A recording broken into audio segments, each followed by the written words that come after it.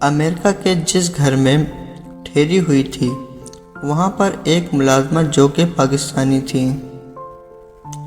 اس نے رو رو کر اپنی داستان سنائی کہ کیسے امریکہ میں بہتر روزگار کے لیے اپنے شوہر کے ساتھ آئی تھی۔ لاکھوں کے حساب سے پاکستانی امریکہ میں رہائش پذیر ہیں جو اچھی زندگی گزارنے کے لیے پاکستان سے کوچ کر کے اس ملک میں آباد ہوئے ہیں۔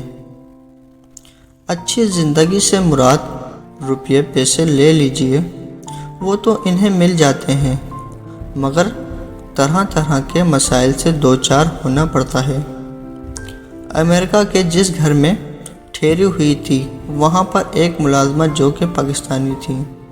اس نے رو رو کر اپنی داستان سنائی کہ کیسے امریکہ میں بہتر روزگار کے لیے اپنے شوہر کے ساتھ آئی تھی۔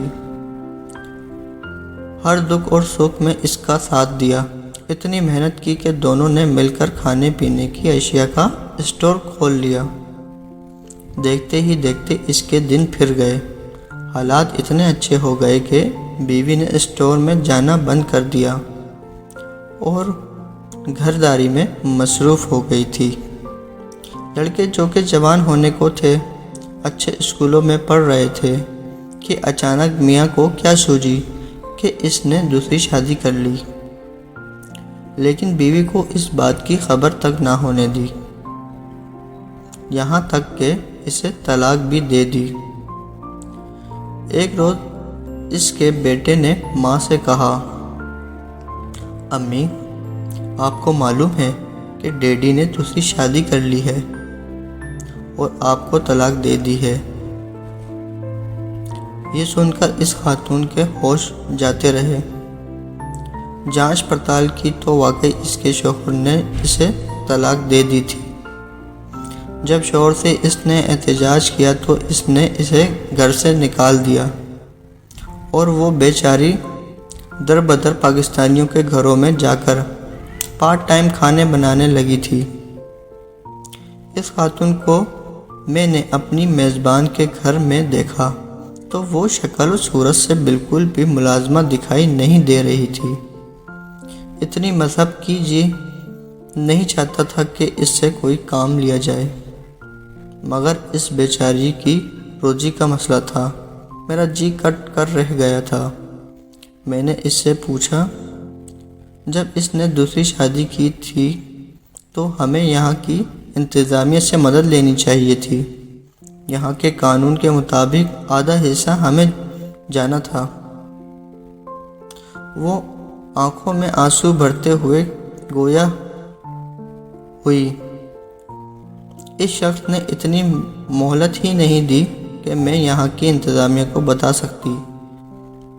بے یار و مددگار بچوں سمیت الگ پاکستانی گھر میں پناہ لینے پر مجبور ہوں۔ مجھے تو نکال دیا تھا مگر بچوں کو بھی اپنے پاس نہیں رہنے دیا۔ ان کو بھی میرے ہمراہ گھر سے باہر نکال دیا ہے۔ بچے بیچارے اس قابل نہیں کہ کچھ کما سکیں۔ میں محنت مزدوری کر کے ان کو پڑھا رہی ہوں۔ جو ہی کسی قابل ہو جاتے ہیں تو اپنے شوہر پر مقدمہ دائر کر کے اپنے حصے لوں گی۔ میرے مالک بہت اچھے ہیں، وہ میرا ساتھ دینے کے لیے تیار ہیں۔ دراصل ان کے 2 چھوٹے بچے ہیں جن کی میں ان کی غیر موجودگی میں دیکھ بھال کرتی ہوں۔ وہ دونوں ملازمت کرتے ہیں۔ انہوں نے مجھ سے وعدہ کیا ہوا ہے کہ میرا حق دلوا کر رہیں گے۔ ٹھیک ہے، حق تو مل جائے گا مگر شوہر تو ہاتھ سے نکل گیا ہے۔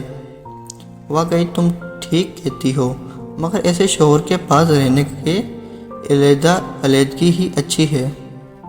دکھ سکھ میں تم نے ساتھ دیا اور جب اچھے دن آئے تو خوشحال ہوا تو تم نے نظریں پھیر لیں۔ ایسے لوگوں کو ضرور سزا ملنی چاہیے۔ تم اپنے مالک سے التجا کرتی رہو اور مقدمہ ابھی دائر کرو، پرانی بات ہو گئی تو ہو سکتا ہے تمہاری سنوائی نہ ہو۔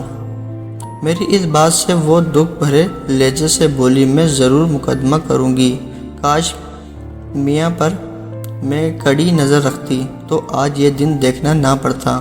جب اسٹور اچھا خاصا چل پڑا تو ایک امریکی عورت نے میرے میاں سے التجا کر کے نوکری حاصل کر لی تھی اور سارا وقت وہ شوہر کے ساتھ کام کرنے لگی تھی۔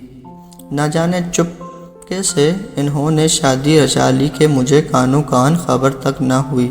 آج میرے اپنے برے نصیب کو رو رہی ہوں۔ واپس وطن کی کس منہ سے جاؤں؟ وہاں میرے کتنے بےعزتی ہوگی۔